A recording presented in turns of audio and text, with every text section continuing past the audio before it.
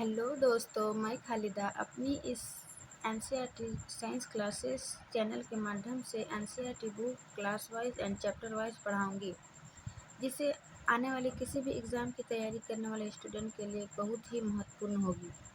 सबसे पहले मैं बुक से एक्सप्लेन करूंगी, उसके बाद फिर अपने शॉर्ट नोट्स तैयार करके आप सबको उपलब्ध कराऊंगी, जिससे बहुत कम टाइम में आप लोग तैयारी को अच्छी तरह कर सकें। चलिए, आज मैं क्लास 6 के एनसीईआरटी चैप्टर नंबर 1 शुरू करती हूँ। जैसे कि आप लोग देख पा रहे, चैप्टर नंबर 1 भोजन यहाँ कहाँ से आता है। यानी कि विभिन्न फर्स्ट है विभिन्न खाद्य पदार्थ। जैसे हम प्लेट में हम लोग खाना खाते हैं, दाल चावल सब्जी, ये सब कहाँ से आता है, आखिर इसका स्रोत क्या है, ये हमें कहाँ से प्राप्त होती है, इसी के बारे में हमको जानना है। चलिए सबसे पहले जानते हैं। जैसे यहाँ दिखाया गया है चावल सब्जी, ये किन किन चीज़ों से मिलकर बनी होती है। संगठन भोजन बनाने के लिए जैसे हमें कई चीज़ों की आवश्यकता होती है। जैसे चावल बनाते हैं, चावल में क्या, चावल पानी मिलकर बनता है। फिर सब्जी कई चीज़ों से मिलकर बनाते हैं, जैसे कच्ची सब्जियाँ, नमक मसाला तेल आदि की आवश्यकता होती है। तो जिन चीज़ों की हमें आवश्यकता होती है किसी भी चीज़ को बनाने के लिए, उन्हीं को संगठन कहते हैं। ठीक, फिर आगे है खाद्य पदार्थ एवं उनके स्रोत। यानी जो चीज़ हम खाते हैं अपने प्लेट में, चावल दाल सब्जी, वो कहाँ से प्राप्त होती है, उनका स्रोत क्या है। तो खाद्य सामग्री एवं उनके स्रोत में हम दो चीज़ से प्राप्त करते हैं। एक है प्लांट, दूसरा है जंतु। तो प्लांट से हमें क्या क्या प्राप्त करता है, यानी पौधे से गेहूँ चावल मक्का बाजरा, ये सब गेहूँ प्लांट से प्राप्त होता है। फिर है जंतु से क्या प्राप्त होता है, जंतु से दूध अंडा मुर्गा मछली झींगा मांस आदि हमें जंतुओं से प्राप्त होती है। फिर वही आगे बढ़ते हैं कि दूध से भी हमें बहुत तरह का पदार्थ मिलता है, जैसे मक्खन क्रीम घी पनीर दही, ये सब हमें दूध से प्राप्त होती है। जैसे यहाँ चित्र दिखाए, फल फ्रूट पेड़ पौधे से, मुर्गी से अंडा प्राप्त होता है ना। फिर आगे चलते हैं, भोजन के रूप में पौधे के भाग और जंतु उत्पाद। यानी भोजन के रूप यानी पौधे के भाग से हमें क्या क्या प्राप्त होती है। जैसे जड़ तना कभी पुष्प तो भोजन के रूप में खाते हैं। क्या आपने सीताफल यानी काशी फूल के फूलों को चावल की पिट्ठी को डुबोकर तल कर पकौड़ी बनाकर खाया है, तो पूछ रहा है। फिर यहाँ देखिए प्लांट के भाग, जड़ पत्ता तना कली पुष्प, इसके क्या क्या भाग खाए जाते हैं। तो हम देखा जाए तो प्लांट के दो या दो से अधिक भाग खाने योग्य होते हैं। कभी पत्ता खाते हैं साग के रूप में, कभी जड़ खाते हैं मूली गाजर चुकंदर के रूप में, कभी फूल खाते हैं जैसे सजना का फूल, कभी उसका पत्ता खाते हैं जैसे पालक मूली, ये सब पत्ता साग बनाया जाता है ना। फिर यहाँ दिया है सरसों के बीज से हमें तेल प्राप्त होता है, प्लस सरसों के पत्ता से हम लोग साग भी बनाया जाता है।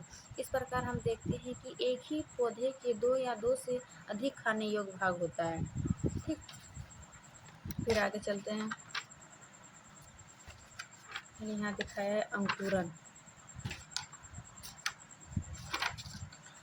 अंकुरन क्या है कि जो बीज से छोटे छोटे धागे जैसी संरचना निकलती है सफ़ेद रंग की, उसी से शिशु पौधा फिर बनता है, वही है अंकुर। क्या है, बीज से शिशु बनना या उगना अंकुरन कहलाता है। वही बीज से बाहर निकलना, यदि हम बीज है तो अंकुरित हो गई, इसी से आगे सफ़ेद सफ़ेद धागे जैसी संरचना दिखाई दिया, यही है अंकुर।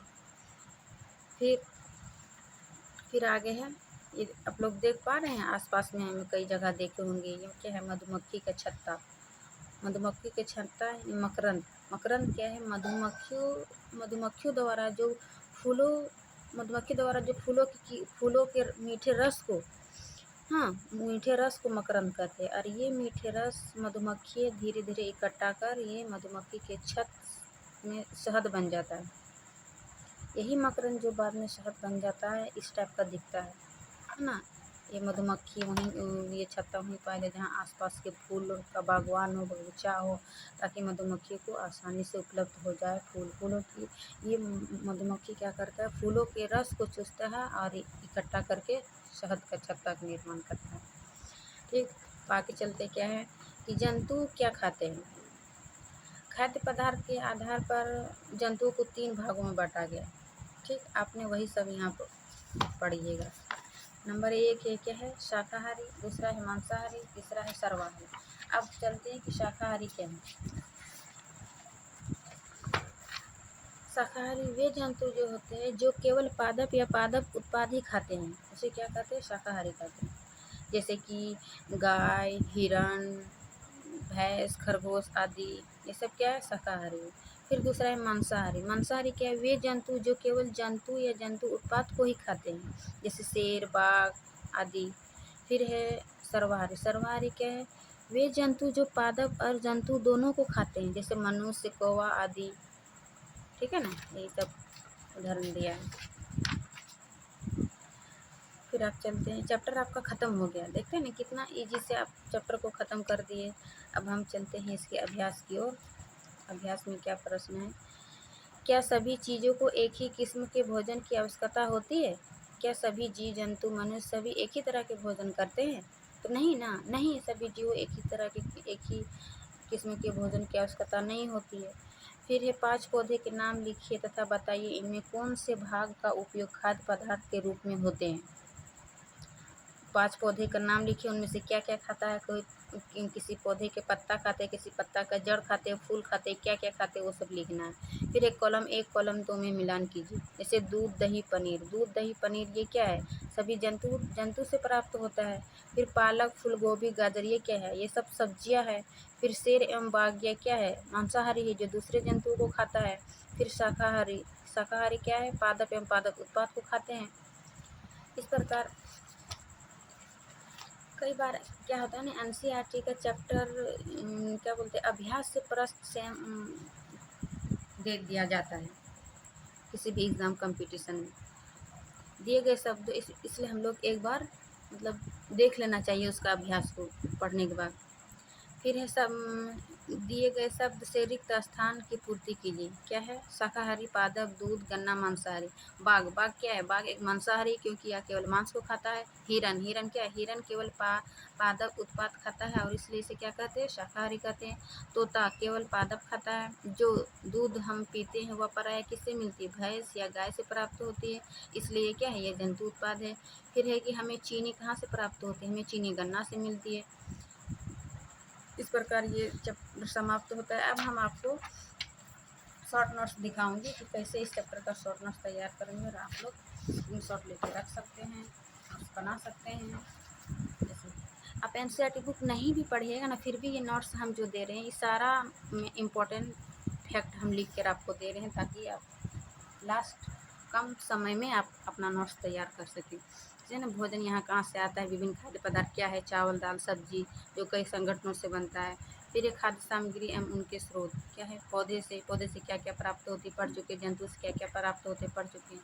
फिर पौधे के खाने योग्य भाग, क्या क्या खाने योग्य भाग है, तना, पत्ती, जड़। तना से क्या खाते हैं, पत्ती से क्या, जड़ से क्या। अंकुरन, वही बीज से जो शिशु पौधा उगता है अंकुरन कहलाता है। अंकुर, वही अंकुरित बीजों से एक सफ़ेद रंग की धागे जैसे संरचना मिलती है, अंकुर कहते हैं। फिर है मकरंद, मकरंद क्या, मधुमक्खियों द्वारा इकट्ठा की गई फूलों की। जो हम बुक में इम्पोर्टेंट भाग पढ़े वही हम नोट्स में बनाएं, ये एनसीईआरटी बेस्ड। फिर एक खाद्य पदार्थों के ग्रहण के आधार पर जंतुओं को 3 प्रकार में बताया गया, शाकाहारी, मांसाहारी, सर्वाहारी। फिर उसका डेफिनेशन देखिए, इनको एग्जाम्पल दे दिया, शाकाहारी क्या है, मांसाहारी क्या है, सर्वाहारी क्या है। इस प्रकार ये आपका चैप्टर खत्म होता है। आगे हम इसी प्रकार के आगे दूसरा चैप्टर, तीसरा चैप्टर पढ़ाएंगे। इस प्रकार आप लोग को वीडियो अच्छी लगी तो लाइक एंड सब्सक्राइब करें आगे आने के लिए, तब आगे आने वाली वीडियो के लिए आपको प्राप्त हो। Thank you.